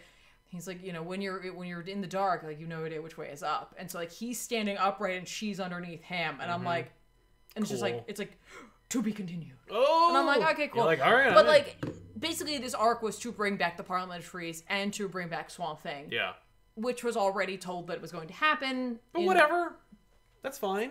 Yeah. It would have been a cooler surprise to know that John's plan worked. Well, the fact is, you didn't know necessarily that it was going to come back because Metal was just whatever Snyder wanted to do. No, but like halfway through this, I was like, oh. Yeah. Like halfway through this issue, I was like, oh, okay. I see where this is kind of going. Got it. All right. Yeah. It's still a great story, and so like if you weren't reading Metal, you probably had a great time. Right. And you may not have even like, you know, put it together. You might have just been enjoying yourself. It looks cool. Like I said, it still has some like 90s-ish, early 2000s elements where I'm like, okay, this feels pretty dated. Okay, cool. That's fun though. But there's like, again, it's that like Vertigo-esque feel to it. This like, you know, like we said, like Kelly Jones, Sam Keith hybridization in the art. It's fun. But yeah, and so for the time being, exits John from the book for now. Fine. He'll show up in for now. But Abby's there now. Yeah, that's cool. So I don't know if she's like part of it because Probably. of her connection to Swamp Thing. Yeah, I would assume. I don't know. So Neat. yeah. Dan Wesley, great show as always. To go off what Tiffany said, I believe, in retrospect, that's why Tom King's limited runs of characters like Vision worked so well compared to his Batman. Yeah. Yep. Yeah. King's great at a 12-issue mini or a 6-issue mini. Because not just that, but because like Vision wasn't such a like long-standing, like well-documented character. Well, there's a lot of story. There are, but it's not like with Batman. The fact is, editorial didn't care about him. That's well, why. No, I know, but like with Batman, the mythos is so been like hammered home. It's that this culturally, is what it is. everyone knows about. Yeah, it. but like with Vision or Mr. Miracle, it's like some people might know his story, but not everyone does, and so it's easier to play with those elements and not get people upset. Right. And not honestly like ruin the character because it's like, okay, this just took him in a different direction. Well, and a lot of like long-term fans of those characters are just happy to see their character get some some time in the sun. Taylor Petchter, I'm loving Hellblazer. This issue reminded me of some of the weird fantasy elements that Paul Jenkins had in his run from the mid-90s. Yeah, no, like it's just getting better. Like the early stuff, like the dreaming like universe thing that they put out first with like, you know, Tim and all that, and I'm sure we'll come back around to that, was fine. Right. Like it was okay, and like I know it was just them trying to get to a certain place. Yep. Issue 1 was good, and it's just been literally like just getting better and better and better. Great. So like it's just awesome. Dan Veeb says, I would recommend Cry Havoc and The Spire by Spurrier, but Hellblazer's that perfect mix of talent with the right character at the right time. Yeah, no, absolutely. The Spire was something I've literally almost picked up several times, and then like every time I'm like, I should go look at that. Yeah. I somehow get distracted because I remember seeing a like ad for it in a book. Oh. And it's one of those few times, like every once in a while, an ad really strikes me. Yes. And it struck me, and I was like, oh, I gotta look for that. Yeah. And then every time. So just wait, because this was too early in the show. So right. Tyler Bass or Bass, in the DC reboot Elseworlds, you said the only way JSA would happen is if there was a perfect pitch minus Rucka and Polito, nursing home murder mystery. That'd be cool. Yeah. I love the pitch of nursing home murder mystery. Yeah, I love that. Yeah, that's it's a good like, solid. That's a genuine thing. It's like Seven meets the Golden Girls. Yeah. Well, it's like if Jessica Fletcher visited the Golden Girls. Yeah. Kevin Kruger, I'm glad you like the gifts and Tiffany's reaction to Ben. When is Shadow Man coming out? And have you read Punk Mambo from Valiant? Yes, I have read Fart Gun. I've read one of Punk Mambo and Shadow Man. I think already came out. I think it did come out. It's been delayed, but because of the halt in production. But Shadow Man, I've seen at least an issue or two of it, and it's great. John Davis Hunt is excellent. Is it Cullen Bunn? It is Cullen writing Bunn. it. Yeah. Yeah, good stuff. But yeah, Fart Gun, 2 of them now. It's great. No, it's not. Sorry, I'm just catching up. Louis Lombardi. I'm here to kick ass and chew bubble gum. Apropos of our They Live. Yeah, now I know where that truly comes from. Yeah. And that it's not just Duke Nukem. Yeah. Clearly, the 3D Realms people are fans of They Live, and they were like, "Oh." I guess so. He's got the glasses. And you fell hard for him. For Duke? No, for what's his name? Oh. The actor. Not actor. Oh, Roddy. Yeah, Roddy Piper. Yeah. Because because he wanted to. No, yeah, I didn't. I was like, not like you fell in love with him, but you fell for his story. We were watching it on Amazon, and so they have like that stupid trivia crap that they put in there, which I'm guessing they just pull from different places because I definitely saw repeats. Yes, but like there was a lot of stuff about how he like really wanted to try hard for this. Like he was not he wasn't a try hard, but like he was like disappointed with himself for like certain scenes and stuff like that. And John Carpenter had to be like, "It's okay, you're doing great. You're in a John Carpenter movie." It's okay. That isn't the thing. Yeah. Which is like what? We'd had this conversation, she and I, like the other day, where we were like, every John Carpenter movie looks like a John Carpenter movie. Every John Carpenter movie feels like a John Carpenter. And then there's The Thing, which is just like a real movie. It's so good. I love John Carpenter, but The Thing is like. Yeah, I am really glad that he was able to use Keith David again because he's really great in that movie. Like, he's great in all the movies. But he's really great in They Live as well. Like, I just like his portrayal of that character. I love that 45-minute long fight scene. So much fun, and I just don't like his ending. I loved it because it was so jarring, but also, like, it sucks. It sucks that it's also, like, off-screen. Yeah. I'm like, bus bullshit. Yeah. But it's Keith David. He'll get another shot. It's awesome. Storm King, any chance of doing the Legend of Blue Marvel on back issues? You guys are awesome. Stay safe. You too, Storm King. Thank you very much. I don't see the Legend of Blue Marvel happening anytime soon, but I wouldn't discount it because Blue Marvel is one Disney Plus show or movie away from appearing. Black Knight is showing up in Eternals. We're probably going to do a Black Knight story. Not solo, but like we're going to do something that focuses on Black Knight at some point. Kenneth Dowling, I would love both your opinions on this. What excited people about Tom King when he came on Batman? King's stint is one of the worst comic runs of all time. Damn near ruined my favorite superhero. Batman is stronger than King in his influence. Batman would never be ruined by Tom King. Anyone could just take over and replace it, which Tynan did. But I will say that people were very excited about Tom King. I know, but his miniseries were award-winning, storied, and excellent. People loved Sheriff of Babylon, OMAC Project. Vision had just wrapped when they announced Batman. So, like, I was singing its praises at the time. And King, of course, promised a 100-issue run. And at that point, like, a lot of us were sick of Snyder at that point. We were just ready for someone else. Yeah. Not that, like, Snyder was bad, but, like, Snyder and Capullo's run was very long, and it was very much that tone. If you didn't want that tone, you could go to Tynan, you could go to Detective. But, like, the fact is, if you wanted the core Batman title that mattered, you had to read Snyder's run. Yeah. And so people were very hungry. And King, he was really... everyone was playing up the CIA angle and his time, so people were really like, oh, this guy gets it. Right. And I think what kept people reading it and why people love it so much was that, like, the reason they loved Batman were what they saw on the page. Yes. You know what I mean? And that doesn't necessarily jive with other folk who love Batman for a different reason.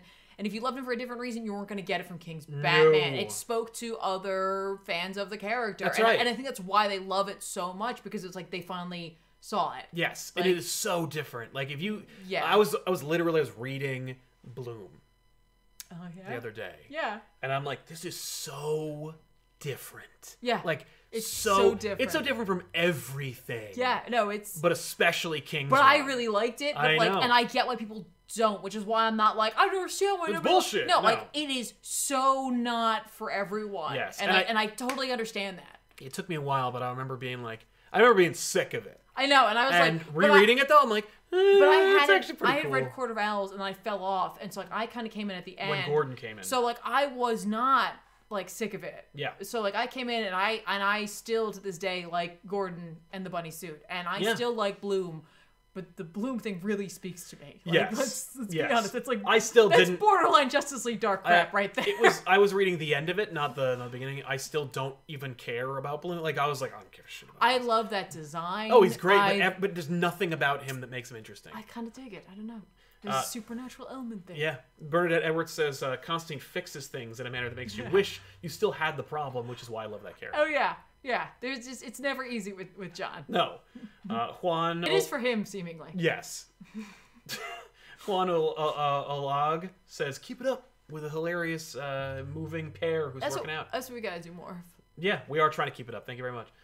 Kenneth says, have a great day, you two, and cool points to you, Sal, for knowing the backstory on Snipes wanting to play Black Panther. My man. Yeah, exactly. Yeah. Well, dude, if you like that, you'll love Patton Oswalt's story about how he's a lunatic and only wanted to be called Blade backstage on Blade 3. Let's be honest. If you get to play... Blade? Yeah, I get it. You right. know, like... No, but it was Blade 3, he was like, it was about ego, and he was like pissed that like nobody... Like, they're focusing on... Jessica Biel, Ryan Reynolds, and he's like, what is this? And the movie's called Blade. I do kind of understand that, because it's like, how many black superheroes are getting a movie? And then you're like, oh, then Jessica Biel. Yeah, I kind of get that, where it's like, it's called Blade. Right, it's about Blade. It's not called Whistler's daughter. No. I can't even remember what her name is. Yeah, no, who cares? But you know what I mean? Icon. Like, it's called Blade. Yeah. Kevin Kruger, have you watched the new Doom Patrol? No, not yet. Same. That's going to be like I need a couple... How many episodes have come out? Is it the whole thing, or are they dropping it weekly? I don't know. I think it's weekly. That's what I did last time. I waited, and then I was able to binge a bunch of them, which I really, really, really liked that system. Yeah. It doesn't help me being able to talk to people about it, but I really like that system. That's true. So I'll have to check in with that. Delapo Fiemi says, I wish the Damien character would mature after being the cause of Alfred dying. It would be a good move. Also wish we could get Grayson as Batman again. Well, you might get Batman Grayson one day. People really have a fondness for that era. If you looked at the behind the scenes notice, Tom King did not want to kill Alfred. The idea was that Damien's impetuousness was counted on by Batman, and that the Alfred that was there was Clayface as an imposter. But DiDio thought it'd be more impactful if they killed Alfred. So there you go. So can't be mad about King for that one. No, King does not deserve the Alfred hate. It's not. He did not want to do that. If you don't like the way he portrayed Batman, fine. Which I did not. But don't hate on him for killing Alfred. I mean, he did do it. He could have snidered it up and like, fuck you, I'm walking. I mean, the other thing was back then, at that point, if he was like, I'm walking, they're like, there's the door. Immortal Hulk's out selling you, get the fuck out. Michael Darnell, I'm desperate for Hellblazer on back issues. We will do Hellblazer one day. Well, she'll do it. That's because I'm not going to do it. I mean, I like it, but I didn't read it, you know. Let's jump into it. Empire #0 from Al Ewing and Pepe Larraz. Pepe Larraz drew it. It looks awesome. Empire. So the idea here is that, you know, Al Ewing loves continuity. He gets it. May he never leave Marvel. Mm-hmm. The idea here is that, you know, he's playing on the whole idea of the Kree-Skrull War. The Kree and the Skrull have set aside their differences. The differences being thousands of years long, because at one point they created a race of plant people, and now they're uniting to kill the plant people. The plant people enlist the Avengers to help them, whereas the new empire of the Kree and the Skrull, who have been united under Hulkling being their leader, have recruited the Fantastic Four onto their cause, so it's Civil War all over again. That's Empire. So if you want Annihilation plus Civil War, here it is. I don't know what's going on with the Fantastic Four since the whole Krakoan thing. Yeah. What sort of diplomacy or like story was told to them that makes them go like, hey, let's go eradicate a plant race? Well, the idea was that I believe there was like a story in which the plant people there was like a vision of the plant people that were, it was in Marvel Comics 1000. Right. But the plant people were going to be the cause of everything. Right. But like that does not seem super Fantastic Four-y of them. No, it does not. But Iron Man's the POV character for this story, the Empire #0, and in it, Iron Man has a dream that is just a revisiting of the slaughter of the tree people or the plant people. Yeah. And so which causes him to rally the Avengers and go to the green area on the moon where he meets up with them, and they're like, "Hey, we were here." Al Ewing remembers the Thor story where we were a character, and basically it's clear that that there's pheromones, something that's being used to mind control the Avengers into like in particular him. He's having like a Krakoan like moment. Yeah. Also, plants. We're doing this now. Maybe it'll all tie in. I hope it does. Because think about the X-Men have been having some space issues with the Brood. Right. That's all show up. That's it. Listen, you want to join the Kree and the Skrull? That's who they should be fighting. Yeah, the Brood. We gotta do something about this Brood or the Shi'ar or whatever. But I will say, there is already a Krakoan flower on the moon because that's where the Summers house is. Well, maybe that's what'll happen. That's how it'll all like fall apart for everybody. Yeah, like the Avengers, the Fantastic are going to be fighting, and the Cyclops is going to show up and be like, "You're in my backyard. Get off my lawn." Blah. Yeah, or like Krakoa will join with the plant people. I hope that's what's happening. That'd be crazy. I mean, like, Ewing ain't Hickman, but like, and I don't mean that in terms of quality, but I mean like he's part of it. Hopefully he is. Part of it. That would be amazing if they were like, oh, whoops. Right, and they also like bring back a character. They do. They resurrect a character, an old Avenger character that like no one remembers. Whose last name I couldn't pronounce, but it was like it's Swordsman. Yeah. But like I was like I don't know how you say last name. No. I'm sorry. Yeah, I'll pull it up. Let me see if I can say it. Oh, Duquesne. I don't remember how to say it. But yeah, Swordsman's back. He's not really Swordsman. He's like a reanimated corpse of Swordsman that's like a hybrid of the plant people plus him. It's his body. It's his body that's been and like his memories. And his memories. But he did die. And he banged Mantis. Right. Don't ever forget he banged Mantis. But yeah. And then she left, and he's cool with it. Right. He's like, it was fine. I get it. But Sequoia is a character too. You mean Koya? No, Sequoia. Yeah, but he likes to go by Koya. Oh, I thought it was Kwa. Well, I took Sequoia and I took the Koya. Yeah. Or Koi. I guess it's Koi. I guess it's Koi. Yeah. Anyway, it's fun. At the end of the day, if this was drawn by anybody else, it would be like, no, I don't really give a shit about this. Pepe Larraz, it gave it that kind of like Hawks and Pox gravity. Yeah, no, it Plus does. the plants and stuff, you're like, I'm kind of feeling like X-Men. And I can imagine that Marvel probably, after Hawks, during Dawn of X, Marvel probably went to Ewing and was like, can you give us an Avengers that's this? Like, give us something where people are as excited about Marvel, everything else. You're not gonna get that. No, like you're not gonna get that, and it's not Al Ewing's fault. Like he's doing a nice job. Yes. It's just I think people are so sick of these like Civil War like things, even if they're not calling it that. It has that feel because you immediately have Iron Man and Captain Marvel there, and it's like you immediately put that thought into our heads. They remind you, they want you to think of those things. Like, well, yeah, of course, but it's like maybe you shouldn't have done that. Maybe you shouldn't have immediately made it so obvious, especially because it's like they are on this. At least they're on the same team, but I think they're doing that on purpose. They're like, no, see, this time they're on the same team. Right. I mean, I'm glad of it. It's nice to see that. But like also, this issue also helped to remind me or to make me forget how much I hate Aaron's Avengers. So I'm like, oh, the Avengers! I stopped reading this crappy book, so I'm looking forward to seeing what they're up to. Oh, right, they're living in the head of a dead Celestial in the Antarctic. Right. But I'm also excited because, like, you know, obviously big status quo shifts. Hopefully it'll end that. Right. But yeah, there's a lot of there's some beautiful pages. Larraz is the new star of Marvel. I'm loving their work. He's really great. It's worth checking out, I think, and it's like kind of fun. But I'm hoping that we get some X-Men stuff in there, not just because we're high on X-Men, but also because like Hickman, I think, wanted to kind of like establish the X-Men in a big way, but also kind of like reintegrate them into the Marvel universe because over the last several years we've seen a big disconnect. Ever since AVX. Right. So I'm kind of like, yeah, get the X-Men in there. Like, there should be no surprise that like plant people make you think X-Men. And so come on, get it in there. But it's like Civil War. It's like Avengers versus X-Men. Right, and it's Hawks and Pox. So like, I love that Thor's here though too. I'm like, wait. Yeah, what? I mean, you know, fine. And he's wearing his Donny Cates outfit. Kind of, but he's got the helmet. Yeah. Well, I hate that headband. I'm not a fan of it. It's awful. But anyway, good stuff. I kind of dig it. It's one of those things where it's like if you're burned out on events, you're gonna be like, oh, I've seen this 1,000 times, and it's like, yeah, sometimes I've seen this 1,000 times, and I don't want to see the same thing over and over again. But because I have been conspicuously absent from Marvel events for a while. Like, this is like, oh, look, it's one of those Marvel events. Hooray, here we go. Mm-hmm. And I'm just like, I'm down to check it out. Like, I'm down to read it. And I don't know if I'm going to read it all. I saw that sprawling 40-issue, you know, whatever. I'm not reading all the events. There's like 4 issues of Empire.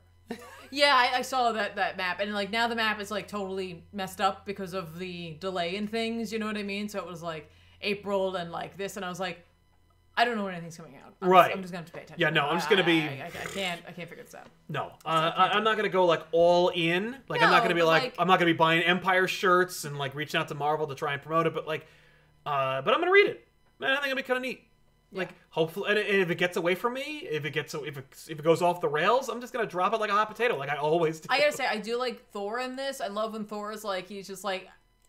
try to see the best in people. So yes. It's just like, hey, it's you. That's awesome. Right. Well, I'm gonna help out. Let's do this. Whatever. Yeah. And then if there is something villainous there, or like you know, negative, like he's gonna be like, what? I thought Sequoia, why? I thought we were bros. Yeah. No, we're doing that. It's gonna be sad. Yeah. I just like that quite a bit. Yeah.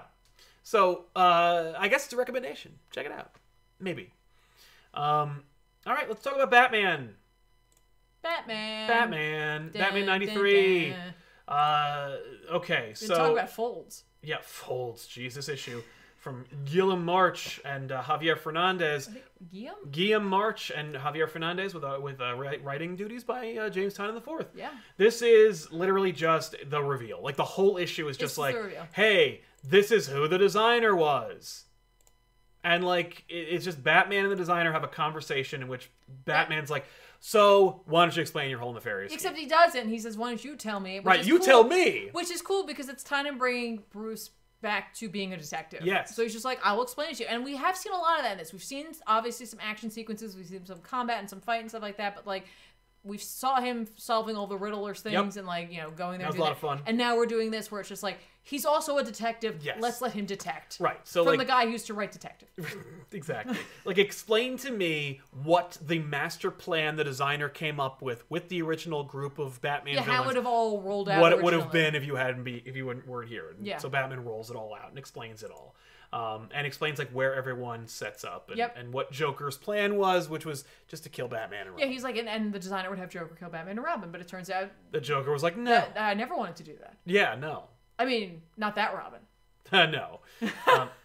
So Batman busts out his utility belt katana. Yeah.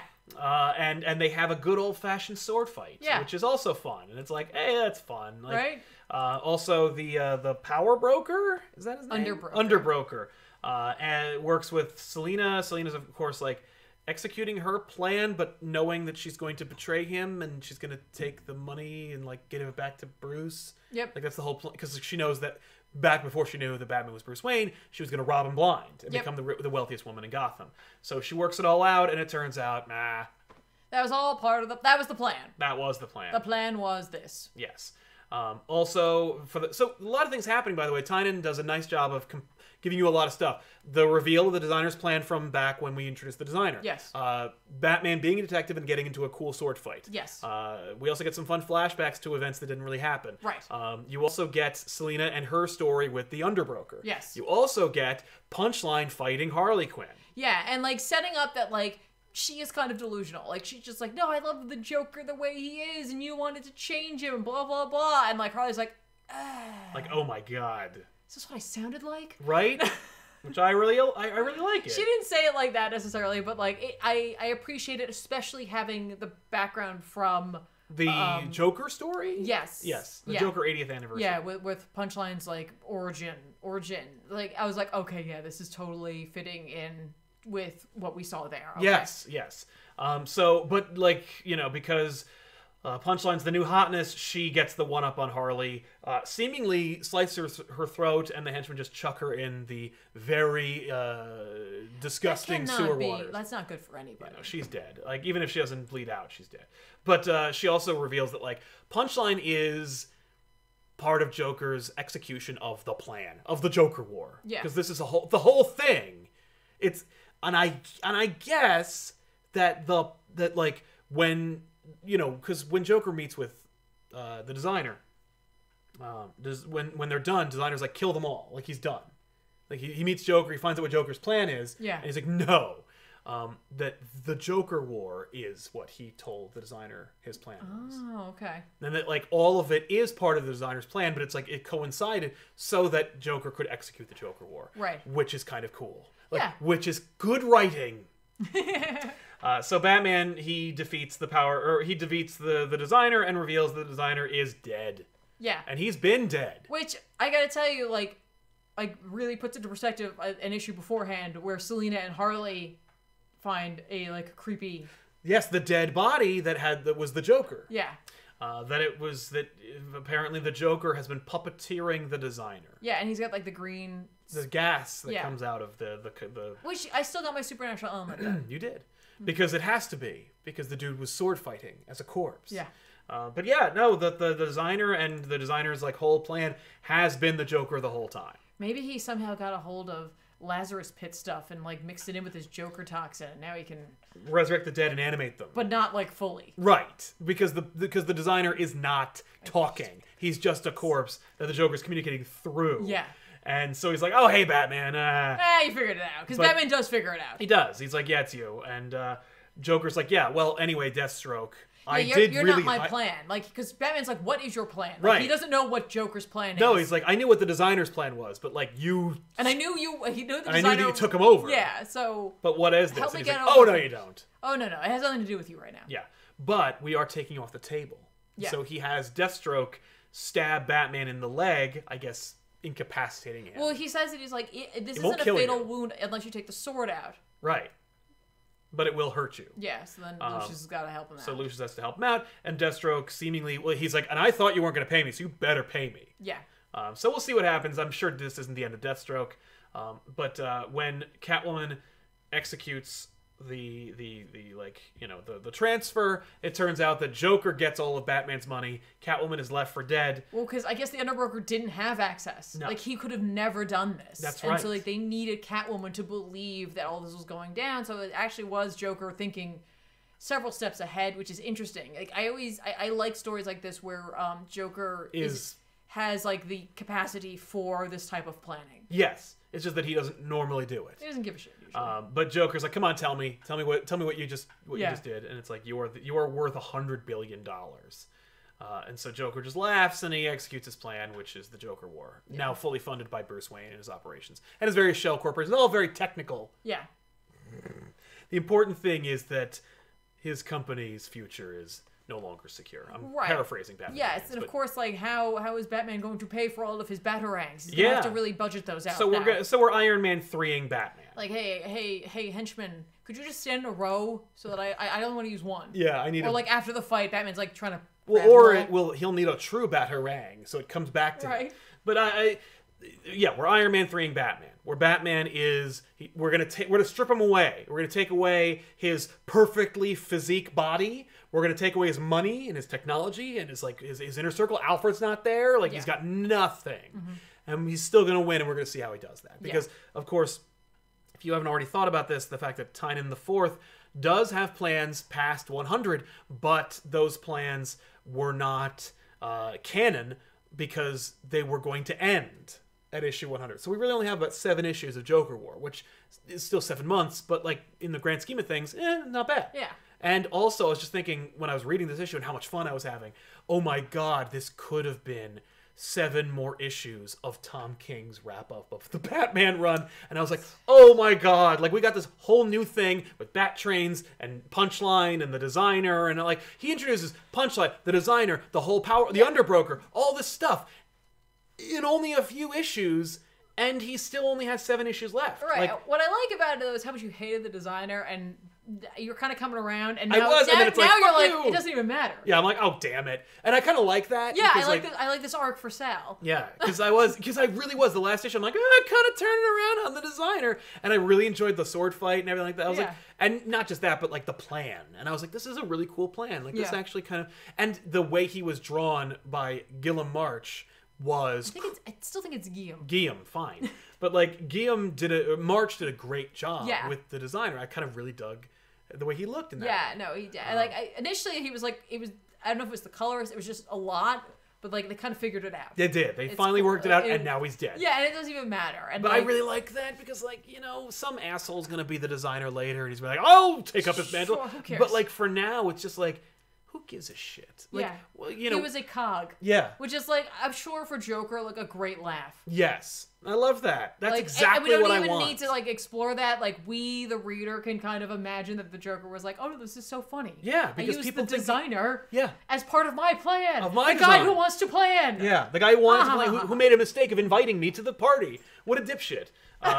I loved it. I'm interested. Yeah. I'm not just interested. I'm down. Yeah. I know a lot of people are like, ugh, Joker event, ugh, and it's like the last one was Endgame. Like, I'm I up can for see it. why they might be like that because there's totally. so much talk of Joker War and Three Three Jokers. Jokers. So I can understand why some people are like kind of had their fill, especially with the Batman Who Laughs. Totally. You know what I mean? Like, it's just been a lot, even if it hasn't necessarily been this character and this story. I Yeah. think a lot of people are feeling that fatigue Totally. from Joker-ized characters. Oh, I agree with that. But Jeff Johns is writing Three Jokers, so it's not canon. So you can just enjoy it as an out-of-continuity experience. There you go. So I dig it. I recommend it. Check it out. Before we get to Thor, I'm going to read this one. Kevin Kruger, Tiffany, have you seen the villain Swarm? His body's made of killer bees. No, I've shown you Swarm a little bit. That he has sounds a cape. He's a Nazi. Literally, like, all the worst things. Yeah. Also, not gonna lie, not to make light of Nazis, but I'm also imagining all of the little bees also have little, like, like swastikas on them because they're killer bees, right? And they're Nazi bees, I guess. Exactly, and they're drones. Like, it's just like. Rab L, gotta say, sometimes even if it's something done before, it can still be one hell of a ride. Keep up the awesome work. Exactly. Yeah, that's how I feel. Exactly. Do we miss anything before? I don't think so. Very good. Nope. Nope. Keep going. There you Sorry about that. Trevor S., you making me aware of this new Swamp Thing Animal Man story has filled my month with immense joy. Oh, yay! I'm so glad. I'm so glad. Yeah. And we're going to be... what I like about Tynan's storytelling is that, like, big thing happens, then we kind of get some stuff. Big thing happens, and then just some regular stuff. And we're kind of in that, like, yes, are we doing big things by bringing back the Parliament of Trees and, like, bringing balance to the parliaments of life as a whole? Yes. But we took a break from the Upside Down Man, and now we're coming back in. Yes. So it's, like, it's refreshing. Yeah. Like, it's a refreshing break. Totally. So... Kevin Kruger back. They should have gotten Gordon in the bunny suit for the Harley show. Completely agree. I 100% agree with that. Because what a missed opportunity. I like it because I would have gotten to see it, and I think a lot of people would have liked it because it would have been made fun of. Yes. Like, well, plus, the Gordon is hilarious. Yes. Shaquille Hickman, please tell me you're reading Philadelphia. I read the first and second issue, and then I fell off, but when we went to that big sale, I picked up issue 3, I think. Good, so I'm going to be able to jump back in. Yes. Paul Baker, I'm having fun with Batman, folding sword in his belt. I'm in, but feels like the book is still just a transitional phase or something. Well, it is. It is a transitional phase, but like... I would call it a palate cleanser. Yes. Once it's over, you're going to be like, oh, I remember that. Remember the Tynan run? So trust me. It's important. But it is... What's cool about this, like, in a unfortunate and fortunate way, is that, like, you know that there is an end to the story. Yeah. Because Tynan... had to have a beginning, middle, and end, like, based on where things were supposed to be going. Yeah. Things are different now, so who knows? But, like, you know there's an end. Right. Which we've kind of seen, but, like, it is dovetailing into the Joker War, and, like, so, anyway. Yeah. Thor 5 from Donny Cates and Nick Klein is, you know, technically Thor is Galactus's herald, and Lady Sif is in the Heimdall role. Yep. Thor, of course, fought with Sif and Beta Ray Bill because he doesn't believe in explaining himself, and so basically the whole issue is just Thor is with Galactus. Galactus has been on a journey to gain enough power so that he can fight against the Black Winter. The Black Winter. I believe that's what it's called. Everything that Donny Cates invents is some kind of ridiculous name. Well, I mean, and in the world of Thor, you can have that. You oh, know yeah, what I mean? no. Like, that's fantasy. Yeah, I'm not complaining. No. But yeah, so and don't forget also, Thor is also king. Yes, and he's also king of Asgard. So Galactus has needed like a certain number, a certain type of planet, and a certain number of them. It's like collecting Dragon Balls. Yes. But Thor is like, he's not brainwashed, he is aware of what's going on, so he's been evacuating these planets, and the last planet that Galactus consumed, it was because the Black Winter arrived prematurely, and so Galactus is like, oh, no time home, and so he killed all these people, and Thor's like, F you. So Thor's like, I don't have time for this, though. Yeah, but I don't have time for this because now we're inundated by the Black Winter. The Black Winter arrives, and he's like, I know everything. I hope I'm right about that name. Yeah, it is. He's like, I'm here. I know who you are. I know the future. I'm super powerful. You know, it's me again. Welcome. I have many names. Sometimes it's Null. Sometimes it's the Black Winter. Sometimes it's whatever. So here I am now again, and I'm gonna fight you. Galactus is like, don't lose heart, Thor. Let's fight him together. Wait, he didn't say Null, did he? No, I'm just saying. Okay. I am a character that Donny Cates invented, in which I am big and awesome, and I can kill everything, and I know everything, and I have darkness in my name. But I mean, he is like, I would say, seemingly, this is meant to be larger than like a Null. Yes. No, I know, but Null is going to be the next big Marvel event. Read the end of the Absolute Carnage. So no, I know. So basically, the Black Winter, he grabs and takes in Galactus. He then is intrigued by Thor. He's like, you can't beat me, but like I find you interesting. Yeah, because you say you're not afraid. You want to, because Thor the whole time is just like, show yourself. Because he's like, I just need something to punch. Right, because he's like, you're just a cloud. I can't punch a cloud. This would be lame if you were Galactus in a movie. So, the Black Winter acquiesces. He's like, yeah, let's do it. Yeah, he throws him into an Escher painting. Yep, he does, which looks great. It does. And so he's like, show me, and he's like, okay, I look like this, and I'm your death. And so he appears as Gore. Yep. And he's like, Gore, no, I killed you. He's like, I'll kill you again. He's like, no. And so he appears as everything that Thor has fought and fears. So he appears as Loki and stabs him through the back. And so he appears as, Magog? Magog? No, it's Mangog. Mangog. He appears as Mangog, and then he appears as everyone that Thor could be. It's defeated. a really cool, like, you think the issue is over, but then you realize you've only read half an issue. Right, but he's like, this is your... I love that Mephisto is there. Yeah, everyone, and like, I remember seeing this online, and I remember being like, kind of like worn out. It's like, this is how you die. Yeah. And it's Thor versus Malekith, the Enchantress, Gore, Annihilus, Doctor Doom, Mangog, Mephisto, like Surtur, Juggernaut is there, Apocalypse is there. Yes, is there some sort of like goblin, like Green Goblin-esque being there up front with a sword? Yeah, that's Gore. No, right next to that. There you go. That's Annihilus. Oh, is it? Yeah. Oh, okay. I don't know what Annihilus looks like, but to me that literally looked like as though like Green Goblin we're the Goblin King, and we had that pitch. I know. So I'm bringing it back. Yeah. What episode was that? It had symbiotes and stuff in it. I think. Yeah. I don't remember. It also had goblins though. Yeah. But the Goblin symbiote war. Yeah. Look for it. It's coming. You know it, and I know Donny Cates is gonna do it. I've seen a couple of his ideas. So, but anyway, you're like, oh, this is how you die. And I was like, oh my God. Like, okay, it's cool, admittedly, and awesome. And it's like, no, it's everything that Thor fears or everything that Thor would fight. I didn't notice it the first time through when I read it. Like, also the fucking serpent from, like, Forever, or from Fear Itself. Yeah. Like, but, you're like, yeah, right on, whatever. And then the next page, he's like, or it would be, but you've died like a bunch. And then proceeds to name all the times he's died. And you're like, oh my God, you remembered. And it's like, Donny Cates, man, like, he may be a little bit of like a sideshow huckster where he's like a lot of flash and like not a lot of substance, but like sometimes these people do the work. And even if they're gonna I'm gonna do whatever I want anyway, they at least acknowledge the things that you remember. Yeah. Because I remember being like, this is how you die. And I'm like, Thor dies. Boo! Seen it 1,000 times. When was the last time I saw Thor die? Like, I've seen it die 1,000 times. Then he does other things that I'm sure you were pissed about.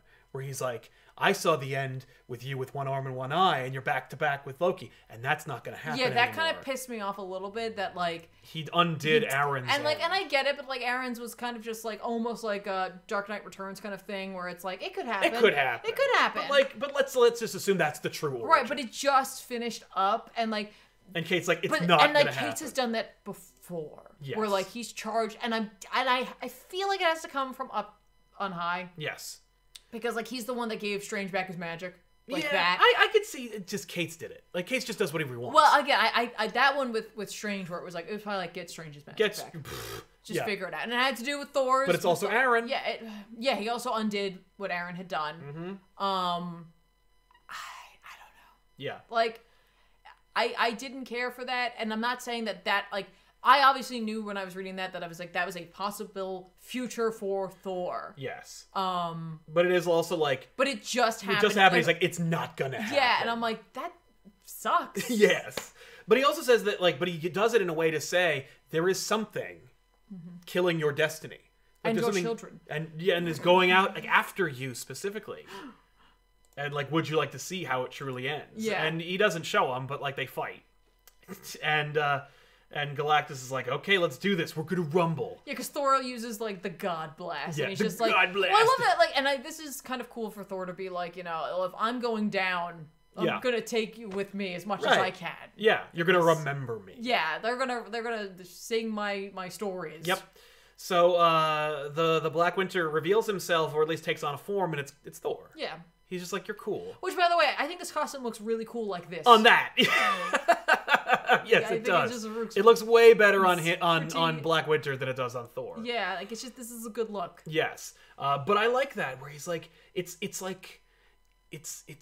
insulting, but also kind of respectful. Like, it's this kind of thing where it's like, I'm so entertained by you. Yeah. That I'm going to look like you. Yeah. Like, this is a cool look. Anyway, but like, I'm not here to end you and to kill the universe. And like, I'm here for him. Yeah, and Thor's like, oh, what? Yeah, what are you talking about? No, and Galactus like, book. Shut up! And Galactus like, quiet, don't talk about it. He's like, no, didn't Galen ever tell you, like, how he survived the end of his universe? Yeah. Because if you're not familiar, the origin of Galactus is that Galen was a man who was an explorer. He survived the end. His universe was ending, and he somehow survived and was witness to the Big Bang and appeared in this universe. And the energies imbued within him caused him to become Galactus. He goes into Lifebringer 1 and he becomes Galactus. Cates also wrote Silver Surfer Black, which shows us the origins of Galactus a little bit.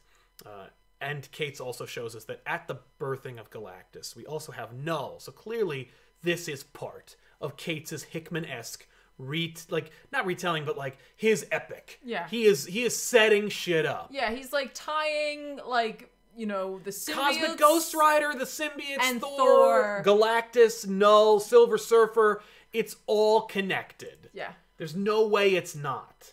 There's no way it could possibly be a coincidence. Yeah. But he says that like the reason why Galactus survived was because he had the power within him, because he was my herald from the previous universe. Yeah, and then like the idea that Galactus got the idea. He was just like, hey, that's a pretty cool idea. Yeah, I'm gonna have my own heralds. I'm gonna be super powerful. I guess I'll need some guys. But the Galactus was the Black Winter's herald in his previous universe, and I guess Galen was the one who went out and sought universes or planets for the Black Winter to consume. Yeah. And that's why Galactus knows so much about him in the first place.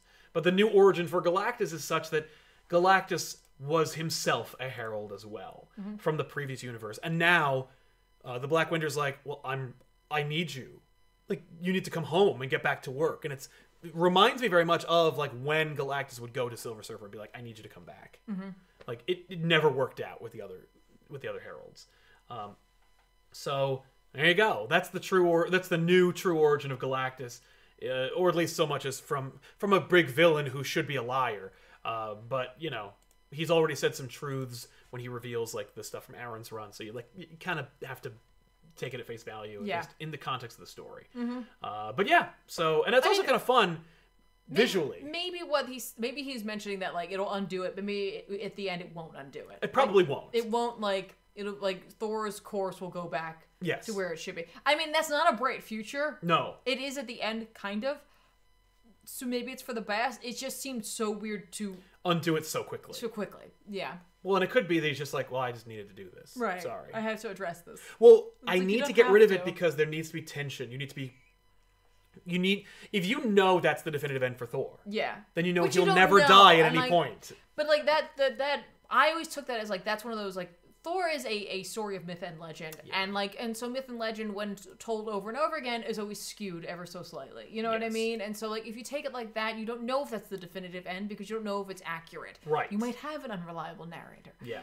I feel bad because Galactus has gone through enough changes lately, and Galactus is one of those characters that I really like as this pure thing. Well, especially having read Silver Surfer Black. Oh yeah. And being like, and it's so like, it's such a beautiful story, and it's written by Cates, and it still is it's got Necro swords and nulls, but at the same time, it also is this beautiful tribute to like, to Kirby and to Stan Lee and to this like, he shows you Lifebringer 1 and its beautiful simplicity, and he shows you Galen, and Galen browbeats Silver Surfer, and it's kind of like poetic, beautiful scene, and it's like he clearly loves and cares about these characters so much, and then he's like, no, but it doesn't undo the thing you know about Galactus. That's the thing that like I think a lot of people are upset about, was like for them it's like you changed something about Galactus, and at the end of the day, whatever happened in the previous universe that birthed Galen, like who gives a shit?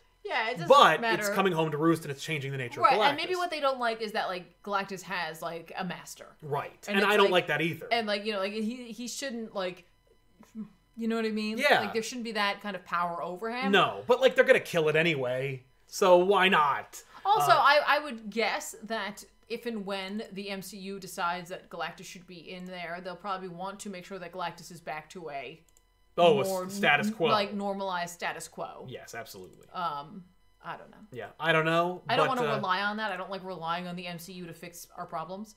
And we don't rarely know if this does. is going to be a problem. Like, like you said, like they easily could just make this all go away. Yes. And then it doesn't matter. Right. But the thing is that with Marvel, it did happen, though. Right, it did happen, and it can always come back, and like, you know, nothing ever stays dead unless you're Uncle Ben. Yeah. And even then, like, we'll just get an alternate reality version of you with spider powers. Yeah. But that's the origin, and it was. By the way, I loved this issue. I'm literally taking the part of my brain that says like I love Marvel in its purity. Don't change it. And the part of me that likes story, and I was like, I really enjoyed this issue. Okay. Like, I was like, this is a fun issue. It undoes everything, and that sucks. Yeah. Like, it takes away the power of Aaron's Thor story, but, like, it was someone was always going to do it. I can't believe they did it so quickly. That's what it... And again, like, that just seems to be what either Cates is asked to do or what he likes to do. I don't know. Exactly. I don't know. And I think it's all coming into a big thing. Mm-hmm. Like, I think that he is ramping up to a big Null event after, like, next year. Uh-huh. And I don't think it has anything to do with the Black Winter. No, but I think not. that Null plus Black Winter plus the Death of the Inhumans plus like everything that he's done is part of some massive thing. That would be cool. I mean, like, maybe. And like, I can't see all the strings, but I also just because it's part of a Hickman-esque event, like massive thing, doesn't necessarily mean it's a great idea. Right. And I'm sure for a lot of people right now, it's weird because it's like there's a lot of things happening in space. Yeah. For Marvel right now. Yeah, well that by the way, people were talking about like, I can't believe Quesada still works for Marvel. I talked to Dan Abnett, the progenitor, along with Annie Lanning, of Annihilation. Mm-hmm. And we talked about how much Quesada hates space and didn't get it. And he was like, I don't understand why people like this. Like, that's a quote. Yeah. I don't understand when people even like this. And so, because at the same time, it was Annihilation and Civil War. And Civil War was his baby. Mm-hmm. And Annihilation was not. Right. And people were, and what it did was, it was a beautiful symmetry because like what Quesada's a great, like he had some great ideas and some not so great ideas, but like the dude was a businessman and he knew to sell. Mm-hmm. And that's something that like I can appreciate. But like at that point, dude, you gotta sell. Like, yeah. If you're only doing this street level Marvel universe changing story about registration, put a space event in here so you get everybody to buy Marvel. Yeah. And they did, to his credit. But yeah, right now you could tell that like Quesada ain't in charge because it is all in space. And he's not wrong because like they changed Galactus into the life bringer or life giver, and Ultimates did not sell very well. But it was written by Al Ewing, who's doing Empire, so they might But like, you know what I mean? Like, and like, I don't think it's essentially like a Marvel like direction on where they're going. It just happens to be that's where everybody is right now. Like, you know, not that X-Men is all focused on space, but they space. Just had an event or a story arc with space, right? And like it makes sense. Not gonna do. And like Thor in space makes sense. Like I think Thor in space makes less sense than the X-Men in space because of how much history there is with the X-Men in space. Like right. I've seen, but one of the most iconic Thor images is Thor on the Rainbow Bridge fighting the Silver Surfer. Yeah, so and I would say that there is a difference between X-Men space in a way and like cosmic space. Yes. And while they all exist in the same space, like literally Thor touches on the cosmic side of space and Absolutely. the cosmic doings over there. And so like I totally got Beta Ray Bill, you know what I mean, the whole thing. Yep. Like I think that totally makes sense. Absolutely. It's just so funny. It's all kind of happening at once. Yes, I agree. But I enjoyed it. By the way, if you liked hearing that story, there's more of it in the chat right now because I talked to Dan Abnett for like an hour and a half, and it's a really fun conversation. Actually, it's 45 minutes to an hour, so check it out. Please watch that episode.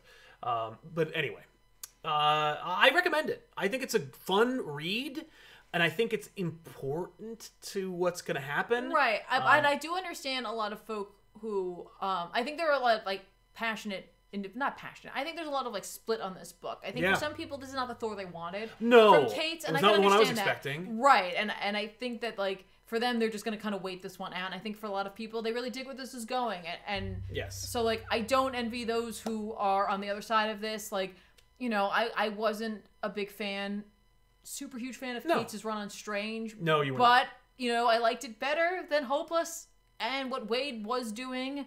You know what I mean? That's true. Like. So now I'm like, yeah, but you know what that is? You know, the frustrating thing is that will change your taste level. Like where it's like if you are given a lot of crap, something that's slightly not crap doesn't mean that it's not. I don't necessarily think that what Kate did was crap. I agree. Was just surprised at how quickly it was undone.